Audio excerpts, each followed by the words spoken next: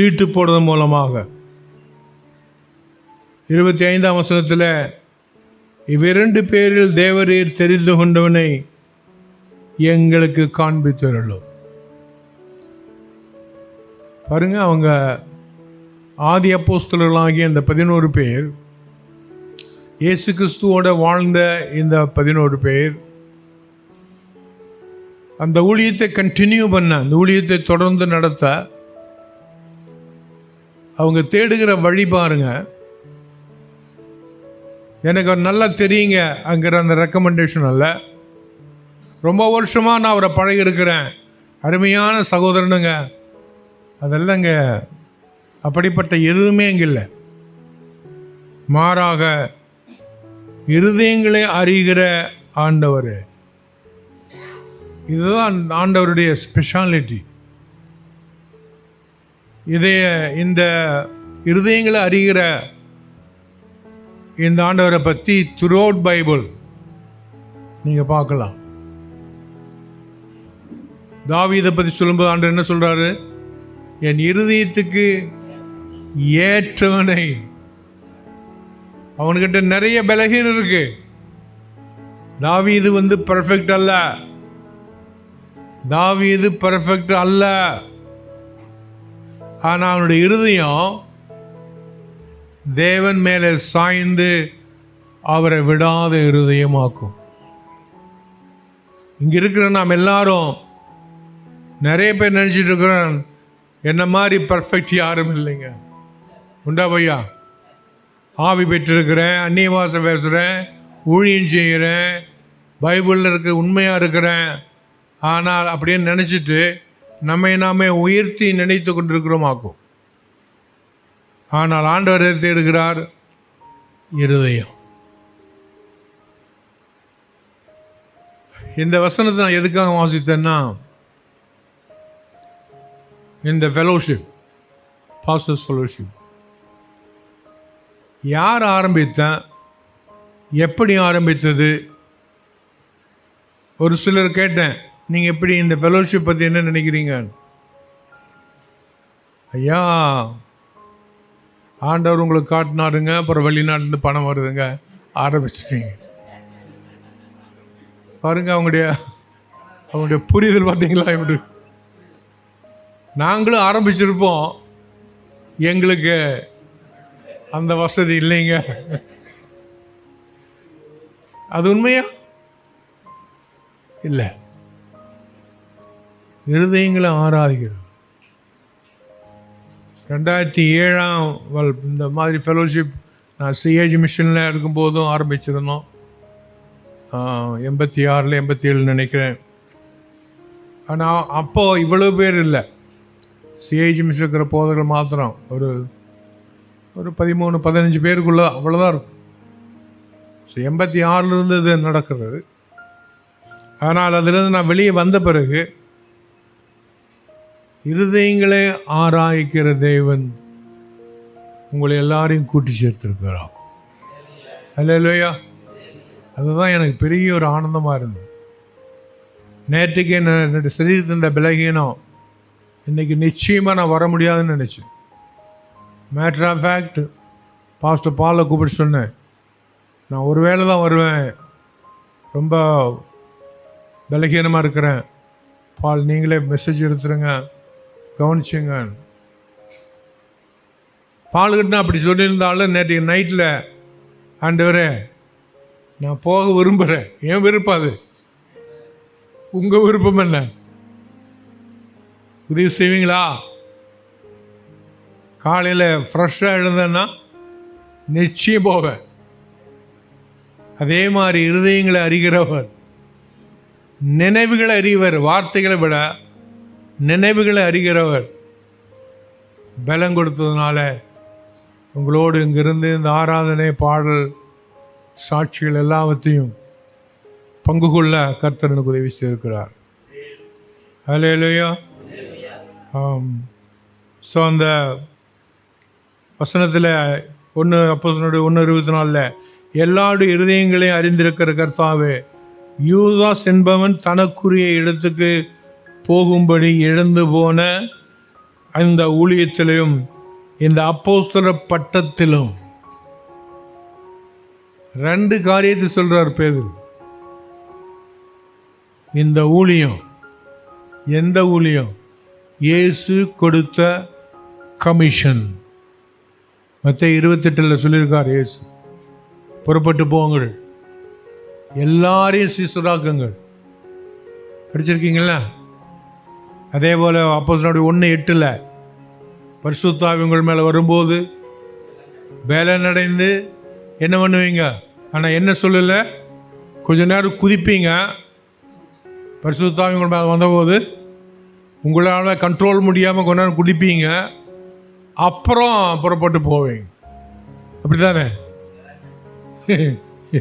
இல்லை இல்லை, குதிக்கிறையோ இல்லையோ. ஸோ அந்த ஊழியம் நிறைவேற்றுறதுக்கு ஒரு ஆள் வேணும். ஸோ இந்த சீசர்கள் பேதுருவிலிருந்து அந்த 11 பேர் நினைக்கிறதை, சம்பாதிக்கிறதை, அவங்களுடைய வாஞ்சையை ஆண்டவர் கவனிக்கிறார். ஆச்சரியமானது. அதை அப்படியே நான் என் வாழ்க்கையில் கம்பேர் பண்ணுறேன், உங்கள் வாழ்க்கையில் நீங்கள் கம்பேர் பண்ணி பாருங்கள். ஆண்டவரே, 1980ஆம் வருஷம் எனக்கு இந்தியாவுக்கு கொண்டு வந்தீங்க. என் இருதயத்தின் நினைவுகளை உங்களுக்கு தெரியுமா? நான் போடுற திட்டங்கள் அல்ல, நான் போடுற பிளான்கள் அல்ல, என்னுடைய இருதயத்தின் நினைவு. அதுக்கு அந்த நினைவு, அந்த இருதயத்தின் நினைவுகள் உங்களுக்கு பிரியமா இருக்குமா? அது பிரியமா இருக்குமானால் அந்த இருதயத்தின் நினைவுக்கு தேவையான பண உதவி, மக்கள், சமயம் எல்லாவற்றையும் அவர் உருவாக்குவார். ஆல்ரெடி ஏற்கனவே நீங்கள் உங்களை நிறைய பேர் அதை அனுபவித்து கொண்டிருக்கீங்க இல்லையா? உங்கள் இருதயத்தின் நினைவுகளை கண்டு சும்மா தெரிந்த சுற்றி கூர்ந்த உங்களை அழைத்து ஒரு சபை, ஒரு விசுவாச கூட்டம், ஒரு ஜெபிக்கிற கூட்டம். காரணம் என்ன தெரியுமா? இருதயத்தின் நினைவுகள்.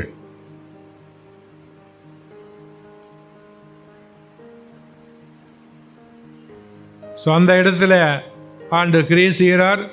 25 வசனம் மறுபடியும் வாசிக்கிற 1:25, இவ்விரண்டு பேரில் தேவரீர் தெரிந்து கொண்டவனை. அந்த 2 லைனில் என்ன தெரியுது? இந்த 2 பேரில் தேவனில் தெரிந்து கொண்டவனை. அதில் என்ன தெரியுது?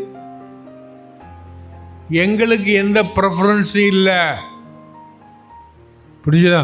என்ன சொல்றாங்க? எங்களுக்கு இருதயத்தில் அவங்க என்ன இல்லை?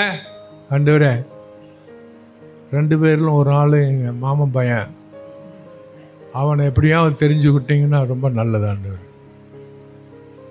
ப்ரெஃபரன்ஸ் எப்போ நீ ப்ரெஃபரன்ஸ் வைக்கிறையோ அது தேவசுத்தம் இல்லைன்னாக்க அந்த ப்ரெஃபரன்ஸு கொடுக்கப்பட மாட்டாது. அது தேவ சுத்தமானால் நிச்சயமாய் உன் இருதயத்தின் நினைவுகள் நிறைவேறும்.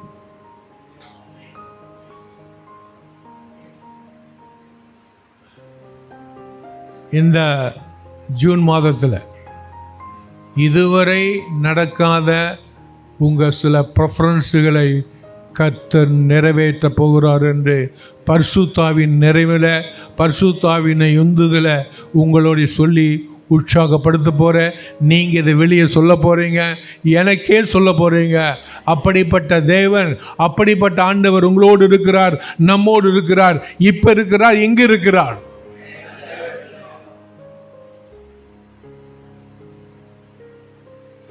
அவர் 2 பேரில் தேவரில் தெரிந்து கொண்டு எங்களுக்கு காண்பித்தள்ளும் என்று ஜெபம் பண்ணி, பின்பு அந்த 2 பேர் சீட்டை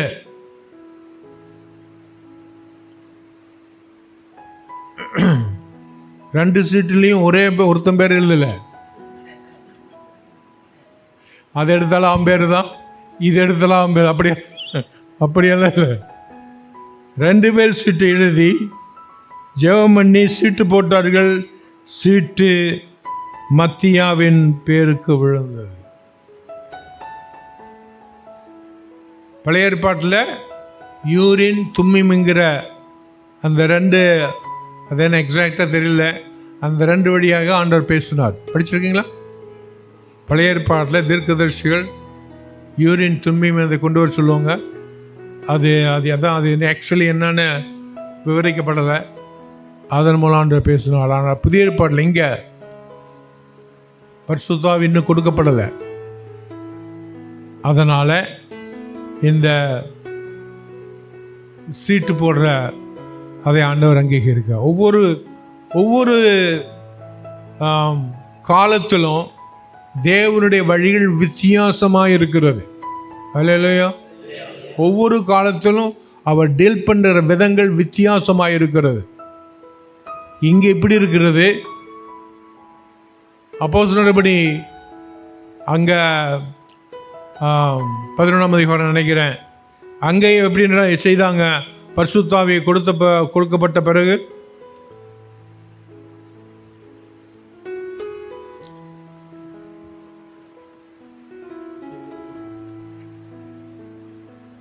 இல்லை 6ஆம் அதிகாரத்தில், அப்போஸ்தலருடைய 6ஆம் அதிகாரத்தில், அந்நாட்கள் சீசர்கள் பெருகினார்கள், கிரேக்கரானவர்கள் தங்கள் விதவைகளை அன்றாட திட்டமாய் விசாரிக்கப்படவில்லை என்று எபிரேக்கு விரோதமாய் முறுமுறுத்தார்கள். அன்றைக்கு ஆதி திருச்சபையிலையும் அதிருப்தி இருந்திருக்கிறது, குறைவு இருந்திருக்கிறது. பேதுரையா, யோவானையா, நீங்கள் செய்கிறது சரியில்லைன்னு சொல்கிறதுக்கு 4 பேர் இருந்திருக்கிறாங்க. அந்த மாதிரி ஆளுகளை உடனே டிஸ்மிஸ் பண்ணலை. ஆனால் அவங்க நடத்தின விதமே வேற. அப்பொழுது 12 2ஆம் வசனம், 6ஆம் அதிகாரம் 2ஆம் வசனம், அப்பொழுது 12 சீர்களை கூட்டி வரவழைத்து, நாங்கள் தேவ வசனத்தை போதியாமல் பந்தி விசாரணை செய்வது தகுதி அல்ல. எவ்வளவு கிளியராக இருக்க பாருங்க. அவங்களுடைய அழைப்பு என்ன, எதுதான் செய்யணும், எது செய்யக்கூடாது. பிரியமான உடனடியர்களே, you must know what is your boundary. இதுதான் என்னுடைய எல்லை, இந்த எல்லைக்கு மேலே நான் போகக்கூடாது. நீ அபிஷேகம் பண்ணியிருக்கலாம், அபிஷேகம் பெற்றிருக்கலாம், அன்னிவாசம் பேசிட்டு இருக்கலாம், தேவனோட பேசிட்டு இருக்கலாம்.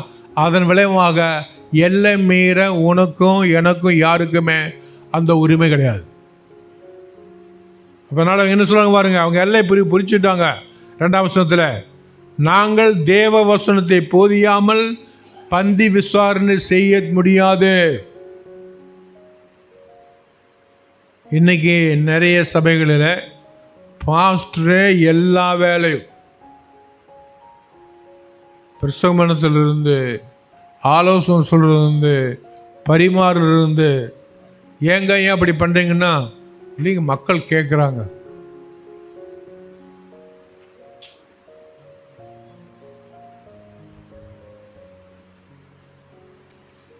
ஐந்தாம் வசனத்தில், இந்த யோசனை சபையாளர்கள் பிரியமாயிருந்தது.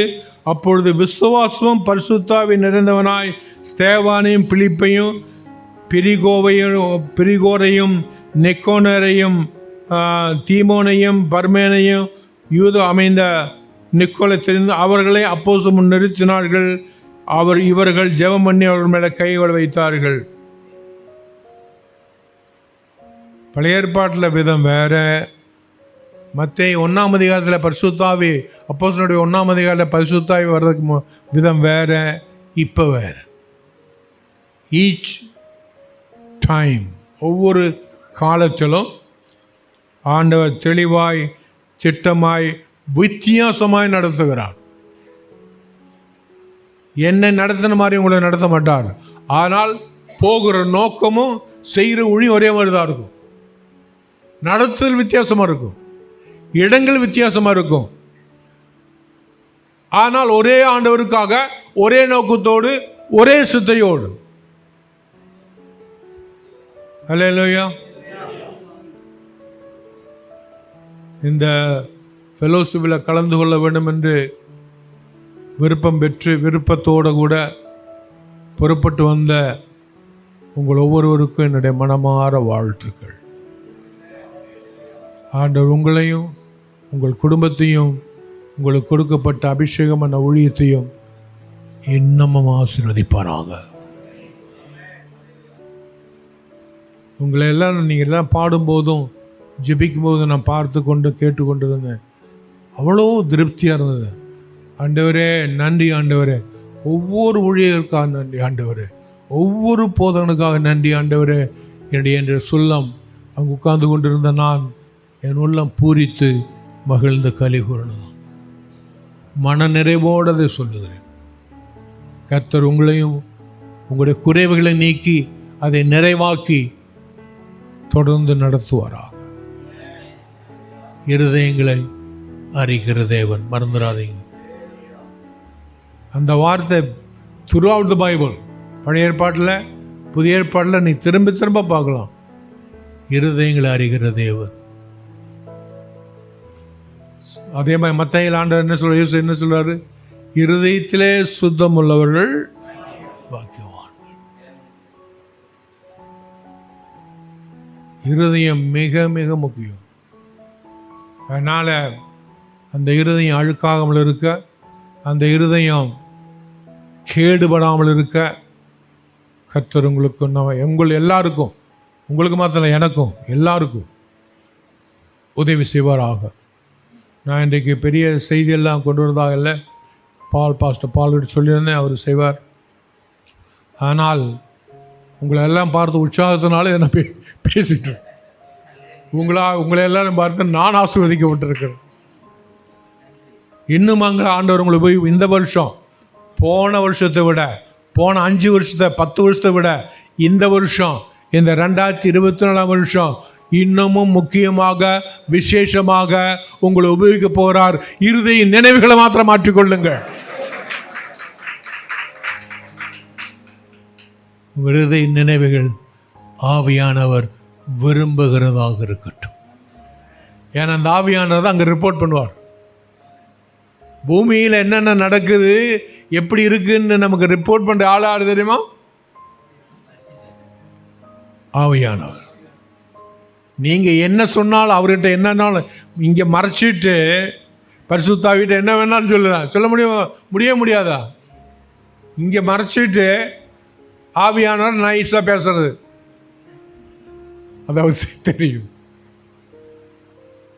இருதய சுத்தம் நிச்சயமாக உங்களுடைய ஊழியத்துடைய மேன்மையை கொண்டு வரும். குடும்பத்தில் தேவைகள் பூர்த்தியாகும்.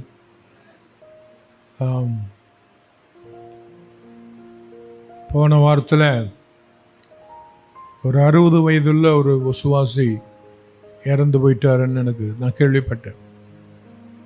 இப்போ நான் நினச்சேன், ஆண்டவரே 60 வயசுலாம் கூப்பிட்டுருக்கீங்க, என்ன மாதிரி ஆளுகள் ஏன் விட்டுட்ருக்கீங்க அப்படி? அப்போ என் கூட நான் சொன்னேன், இதே என் பக்கத்தில் இருந்து சொன்னேன். அவர் சொன்னார், ஐயா உங்களுக்கு பிரியம் இல்லாமல் இருக்கிறான், ஆனால் ஆண்டவருக்கு பிரியமாக இருக்குது. உங்கள் மூலம் எங்களை எல்லாம் உற்சாகப்படுத்தி உங்களுக்கு தெரியுமான்னு கேட்டார். அப்படியே இருக்குதா? சரி, உங்களுக்காக நான் உயிரோடு இருக்க விரும்புகிறேன், ஆனால் உடல் சுகத்தோடு உயிரோடு இருக்க வேணும். அப்படி செய்ய கைகால் இழுத்துட்டு உயிரோடு இருக்க நான் விரும்பலை. உயிரோடு இருக்கிறவன் சொல்லிட்டு கைகால் இழுத்துட்டு என்ன பிரயோஜனம்? எல்லாருக்கும் பாரமாக. அதை விட எத்தனை வருஷம் உயிரோடு இருந்தாலும் திடகாத்திரமாக, ஹெல்த்தி, மற்றொரு ஆசீர்வாதமாக ஜெபிப்பீங்களா? என்னுடைய ஊழியத்தை நான் திரும்பி பார்த்தேன். 1980 ஆண்டவர் இந்தியாவுக்கு கொண்டு வந்தார்.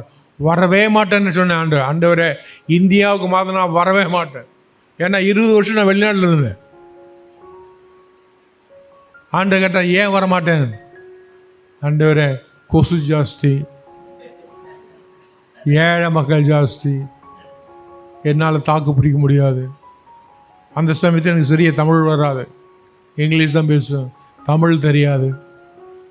இதெல்லாம் காரணம். ஆண்டவர் சொன்னது தெரியுமா? நான் சொல்கிறதா நீ சொல்கிறதான். சரி போகிறேன். புறப்பட்டு வந்தேன். இது 2004. அவர் நல்லவர், மாறாதவர், அருமையானவர், உணர்வுகளை புரிந்து கொள்ளுகிறவர், தேவைகளை சந்திக்கிறவர். இந்த வாய்ப்பு கொடுத்த அவருக்கும் உங்கள் யாவருக்கும் மனமார வாழ்த்துகள், ஆசீர்வாதங்கள். நீங்களும் உங்களுடைய குடும்பமும் உங்களுடைய மக்களும் ஊழியமும் பழகி பெருகுவதாக என்று சொல்லி முடிக்கிறேன். தேங்க்யூ. God bless you.